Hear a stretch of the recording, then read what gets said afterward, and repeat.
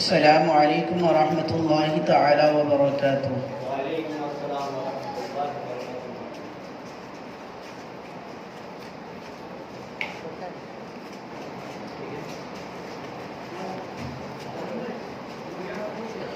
اعوذ باللہ من الشیطان الرجیم،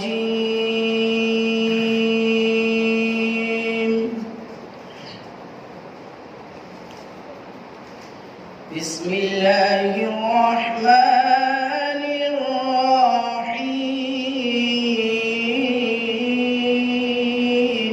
سبحان اللہ۔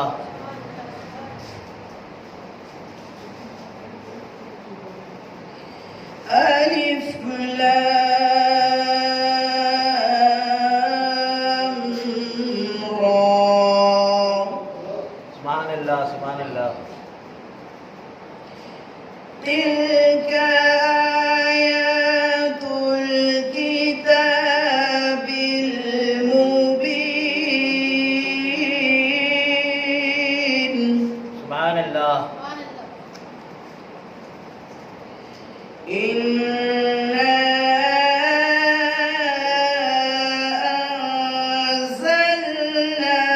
أَنزَلْنَاهُ قُرْآنًا عَرَبِيًّا لَعَلَّكُمْ تَعْقِلُونَ۔ سبحان اللہ سبحان اللہ۔ نحن نقص عليك أحسن القصص بما أوحينا إليك سبحان اللہ۔ بما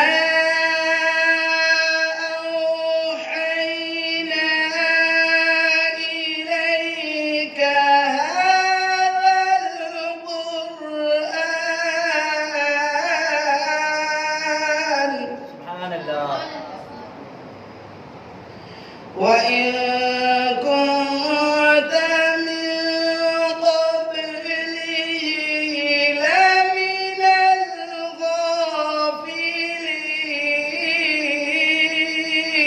سبحان اللہ سبحان اللہ۔ إِذْ قَالَ يُوسُفُ لِأَبِيهِ يَا أَبَتِ إِنِّي رَأَيْتُ أَحَدَ عَشَرَ سبحان اللہ۔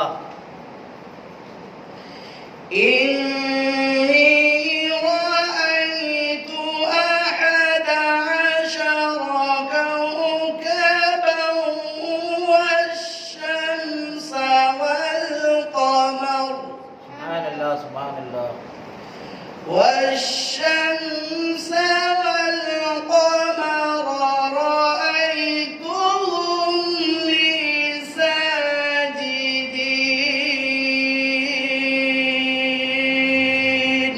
سبحان اللہ۔ صدق اللہ العظیم۔ السلام علیکم ورحمۃ اللہ وبرکاتہ۔ وعلیکم السلام ورحمۃ اللہ وبرکاتہ۔ آئیے بارگاہ رسالت عقیدت محمد کے ساتھ ایک مرتبہ جھوم جھوم کے درود پاک پڑھیں۔ اللہم صلی علی نبینا شفیعنا حبیبنا و مولانا محمد وآلہ وسلم صلاۃ و سلام علیہ یا رسول اللہ صلی اللہ علیہ وسلم۔ نعت پاک کے چند اشعار پیش خدمت ہے۔ یا شاہ ایک نظر کرم موری لاج تمہارے سبحان اللہ سبحان اللہ۔ سرکار موری نیا لگا دو اپنے کرم سے پار۔ یا شاہ ایک نظر کرم موری لاج تمہارے سرکار موری نیا لگا دو اپنے کرم سے پار۔ ٹوٹی ہوئی آس ہوں میں، بے شک سبحان اللہ۔ سے بھرا دل ہے میرا صلی اللہ سید مرسلین صلی اللہ سید مرسلین نظر کرم بحر خدا کوئی نہیں تیرے سوا صلی اللہ سید مرسلین صلی اللہ سید مرسلین ہو دور میرے ہو دور میرے دکھ رنج و علم پھر آؤ مدینے میں ایک بار موری نیا لگا دو اپنے کرم سے یا شاہ امم ایک نظر کرم موری لاج تمہارے ہاتھ سرکار موری نیا لگا دو اپنے کرم سے پار. السلام علیکم معزز سامعین کرام، میرے قابل قدر بزرگوں دوستوں، نوجوان ساتھیوں، عزیز بچوں، پردہ نشین ماں اور بہنوں، السلام علیکم ورحمۃ اللہ تعالی وبرکاتہ. وعلیکم السلام ورحمۃ اللہ وبرکاتہ. الحمد للہ رب العالمین والعاقبۃ للمتقین والصلاة والسلام على سید الانبیاء والمرسلین وعلى آلہ واصحابہ واہل بیتہ اجمعین. سبحان اللہ. اما بعد فاعوذ باللہ من الشیطان الرجیم ببرکۃ بسم اللہ الرحمن الرحیم. ان الذين آمنوا وعملوا الصالحات سيجعل لهم الرحمن ودا. صدق الله المولانا العظيم وبلغنا رسوله النبي الأمين المتين الكريم ونحن على ذلك لمن الشاهدين والشاكرين والحمد لله رب العالمين. سبحان اللہ. سبحان اللہ. بعد توحید کے متوالوں، شمع رسالت کے پروانوں، غوث و خواجہ کے دیوانوں، آئیے سب سے پہلے ہم اور آپ نہایت ہی ادب و احترام کے ساتھ اپنی اور ساری کائنات کی مرکز عقیدت کی دربار گوہربار میں غلامانہ انداز میں ہدیہ درود پاک پیش کریں اور پڑھیں اللہم صلی علی نبینا حبیبنا مولانا محمد بارک وسلم صلاۃ و سلام علیک یا رسول اللہ صلی اللہ تعالی علیہ وسلم. غوث اعظم بمن بے سرو ساما مدد، قبلہ دی مدد، کعبہ امام مدد، سرورا شاہ کریمہ دستگیرہ اشرفہ، حرمت روح پیمبر یک نظر کن سیما. سبحان اللہ. اے اشرف زمانہ زمانہ اے مدد نما، درہائے بستراز کلید کرم کشا، اشرف نہنگ دریا دریا بسینہ دارت، دشمن ہمیشہ پرغم بازکر تو دوست دارت. سبحان اللہ. سبحان اللہ. عزیزان ملت اسلامیہ، میں نے قرآن عظیم الشان میں سے جس آیت کریمہ کی تلاوت کرنے کا شرف حاصل کیا ہے، اس پر تھوڑی دیر گفتگو کرنے سے قبل میں بہتر اور مناسب سمجھتا ہوں کہ ہم سب سے پہلے اس عظیم ہستی کی بارگاہ میں چلیں جن کے نام پاک سے یہ محفل انعقاد کی گئی، سبحان اللہ. یعنی حضور سرکار سیدنا حضرت امام حسین و حضرت امام حسن رضی اللہ تعالیٰ عنہ. پھر میں انشاءاللہ اس آیت کریمہ کے اوپر تھوڑی دیر آپ حضرات کے سامنے گفتگو کرنے کی سعادت حاصل کروں گا.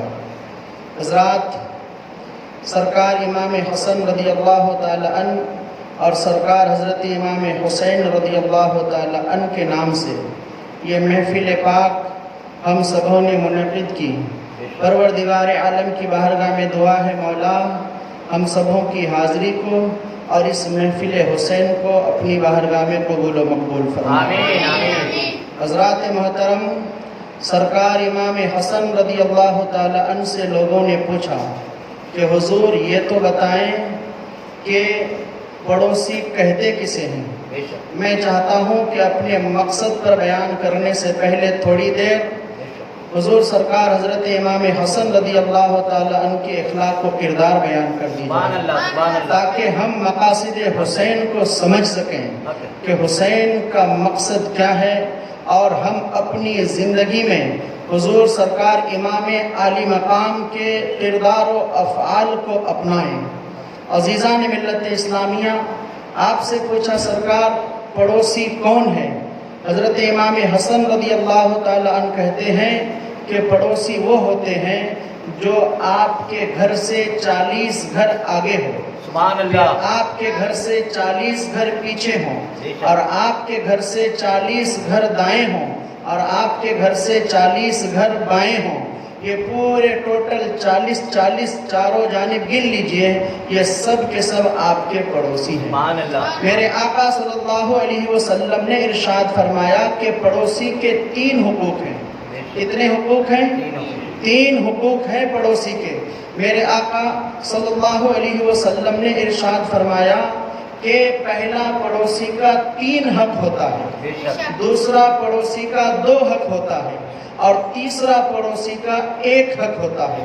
نبی اکرم صلی اللہ علیہ وسلم نے ارشاد فرمایا کہ پہلا وہ پڑوسی ہے آپ کا جو آپ کا رشتہ دار بھی ہو، اور ایک تو رشتہ داری کا حق ہوتا ہے، دوسرا مومن بھائی ہونے کا حق ہوتا ہے، اور تیسرا پڑوسی ہونے کا حق ہوتا ہے. دوسرا پڑوسی جس پر 2 قسم کا حق ہے وہ پڑوسی ہے جو ایک مومن بھائی ہونے کی حیثیت سے اس کا حق بنتا ہے، اور دوسرا پڑوسی ہونے کی حیثیت سے اس کا حق بنتا ہے. تیسرے پڑوسی کے بارے میں میرے آقا ارشاد فرماتے ہیں وہ غیر بھائی ہیں ہمارے، جو ہمارے پڑوسی ہیں مگر وہ پڑوسی کا حق رکھتے ہیں. یعنی یہ 3 قسم کے پڑوسی ہوتے ہیں، اور 3 قسم کے پڑوسی کے 3 قسم کے حقوق ہوا کرتے ہیں. میرے آقا صلی اللہ علیہ وسلم نے ارشاد فرمایا، حضرت ابو ہریرہ رضی اللہ تعالی عنہ سے یہ حدیث پاک مروی ہے، فرماتے ہیں میرے آقا صلی اللہ علیہ وسلم کہ وہ اس وقت تک مکمل کامل مومن ہو نہیں سکتا جب تک کہ وہ اپنے قول و فعل سے، اپنے زبان اور ہاتھ پیر سے اس کا پڑوسی محفوظ نہ رہے. یعنی اگر کوئی اپنے پڑوسی کو تکلیف دیتا ہے، چاہے وہ زبان سے کیوں نہ تکلیف دے، چاہے وہ ہاتھ پیر سے کیوں نہ تکلیف دے، تو مصطفیٰ جان رحمت فرماتے ہیں کہ وہ مکمل ایمان والا نہیں ہوتا، وہ مکمل مومن کامل ہو نہیں سکتا. مکمل مومن کامل بننے کے لیے شرعی اعتبار سے ہمیں پڑوسیوں کے حقوق ادا کرنے ہیں. ہمیں اور آپ کو چاہیے کہ ہم اس فرمان رسول صلی اللہ علیہ وسلم کے مطابق زندگی گزر بسر کریں. آئیے سرکار امام حسن رضی اللہ تعالیٰ عنہ کی بارگاہ میں آپ کو لے چلو. سرکار امام حسن رضی اللہ تعالیٰ عنہ کے پڑوس میں ایک یہودی کا مکان رہتا ہے. وہ یہودی کیا کرتا ہے جانتے ہیں؟ روزانہ اپنے گھر کے کچرے کو اکٹھا کرتا ہے اور سرکار امام حسن کے دہلیز پر پھینک دیتا ہے. عزیزان ملت اسلامیہ، سرکار حضرت امام حسن رضی اللہ تعالی عنہ روزانہ اس یہودی کے گھر کے کچرے کو اکٹھا کرتے ہیں اور دور پھینک آتے ہیں، مگر آپ نے کبھی ان سے شکایت کرنے نہیں گئی، آپ نے کبھی ان سے شکایت نہیں کی. اتفاق ایک دن اس یہودی کی بیوی دیکھ لیتی ہے کہ ہمارے گھر کے کچرے نبی کے نواسے حضرت امام حسن روزانہ اکٹھا کرتے ہیں اور دور پھینک آتے ہیں. انہوں نے اپنے شوہر سے کہی کہ ہمیں یہ بات بالکل پسند نہیں ہے کہ آپ اپنے گھر کے کچرے امام حسن کے دہلیز پر پھینک آتے ہیں. دیکھیے میں نے آج اپنے ماتھے کی نگاہوں سے دیکھی ہے، نبی کے نواسے ہمارے گھر کے کچرے کو اکٹھا کرتے ہیں اور اپنے ہاتھوں سے دور روزانہ پھینک آتے ہیں، مگر کبھی انہوں نے ہم سے اس بات کی شکایت نہیں کی. جائیے آپ جا کر جو ان سے معافی مانگ لیجئے اور آئندہ یہ عہد کیجئے کہ اپنے گھر کے کچرے امام حسن کے دہلیز پر نہیں پھینک آئیں گے. وہ یہودی امام حسن کے دروازے پر آتے ہیں، دستک دیتا ہے، سرکار امام حسن دروازہ کھولتے ہیں، یہودی کو دیکھ کر کہتے ہیں کیا ہوا، کیا بات ہے، کیوں آپ آئے ہیں, آئیے اندر کو تشریف تو لے آئیے. وہ یہودی کہتا ہے اے نبی کے نواسے حسن مجھے معاف کر دو, میں معافی لینے کے لیے آیا ہوں. امام حسن کہتے ہیں کس بات کی معافی؟ وہ یہودی کہتا ہے کہ میں روزانہ اپنے گھر کا کچرا آپ کے آنگن میں پھینکتا ہوں, میں نے آج دیکھا کہ آپ اس کچرے کو دور پھینک آئے, یعنی اس کا مطلب یہ ہے کہ روزانہ آپ میرے گھر کے کچرے کو باہر دور پھینک آتے ہیں. کبھی آپ نے اس کی شکایت ہم سے نہیں کی, کبھی آپ نے اس کا تذکرہ ہم سے نہیں کی. سرکار امام حسن کہتے ہیں کہ میں آپ سے بھلا کیوں شکایت کروں, یہ تو ہم پر فرض ہے, یعنی یہ ہمارا دین نے ہمیں تعلیم دی ہے. اے ہمارے میرے نانا جان کے دین نے ہمیں یہ پیغام دیا ہے, جس دین کا ہم کلمہ پڑھتے ہیں, جس دین پر ہم قائم ہیں, اس دین نے ہمیں پڑوسی کے حقوق کے تعلق سے یہ درس دیا ہے. بھلا ہم آپ سے شکایت کیوں کریں؟ اگر ہم آپ سے شکایت کریں گے تو رب قدیر کے بارگاہ میں ہم کیا جواب دیں گے؟ یہ تو ہمارا حق ہے کہ ہم جو ہے برداشت کریں اور پڑوسی کے حقوق کو ادا کرتے رہیں. اتنا ہی سننا تھا. وہ یہودی کہتا ہے اے حسن جس دین یہ تعلیم دیتا ہے, جو دین اتنا اچھا تعلیم دیتا ہے, ہمیں اس دین پر لے آؤ. یعنی تمہارے نبی کا کلمہ پڑھا کر اے امام حسن آپ اپنے نانا جان کا کلمہ پڑھا کر ہمیں دولت ایمان سے مالا مال کر دو. وہ یہودی اپنے گھر والوں کے ساتھ سرکار امام حسن کے دستے اقدس پر ہاتھ رکھتا ہے اور کلمہ پڑھ کر دولت ایمان سے مالا مال. سبحان اللہ, سبحان اللہ, سبحان اللہ. یہ ہے پڑوسی کے حقوق. سرکار حضرت امام حسن رضی اللہ تعالی عنہ اس انداز سے اپنی زندگی گزارے ہیں. ہمیں بھی چاہیے کہ ہم سرکار امام حسن رضی اللہ تعالی عنہ کے زندگی کے اس پہلو کو اپنا لیں, اور ہم بھی آج کے بعد سے اپنے پڑوسیوں کے حقوق کو ادا کرنے میں لگ جائیں. مگر آج ہمارے یہاں ہوتا کیا ہے؟ پانی کے لیے جھگڑا, کچرے کے لیے جھگڑا, اور نہ جانے کن کن چیزوں کے لیے جھگڑا.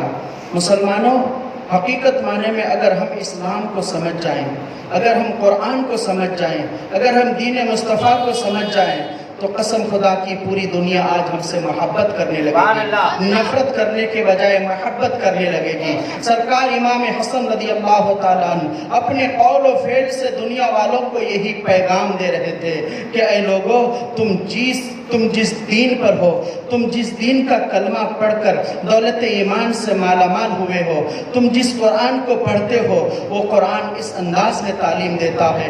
عزیزان ملت اسلامیہ, میرے آقا صلی اللہ علیہ وسلم کی بارگاہ بے کش پناہ میں ایک صحابی آتے ہیں, آ کر عرض کرتے ہیں یا رسول اللہ علیہ الصلوۃ والتسلیم, میرے گھر کے قریب میں ایک عورت رہتی ہے, نماز کثرت سے پڑھتی ہے, روزہ بھی رکھتی ہے, خیرات بھی کرتی ہے, حتی الامکان وہ ہر عبادت بڑی ذوق و شوق کے ساتھ کرتی ہے, مگر یا رسول اللہ ایک کمی ہے اس کے اندر.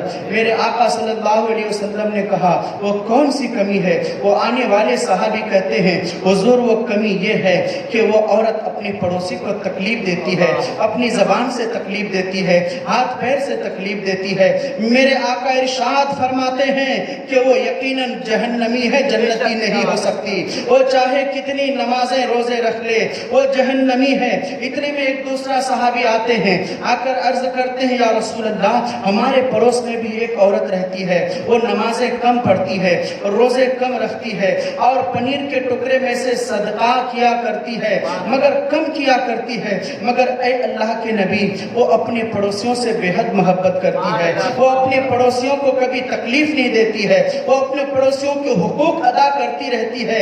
نبی کونین صلی اللہ علیہ وسلم ارشاد فرماتے ہیں یقیناً یہ عورت جنتی ہے, جنتی.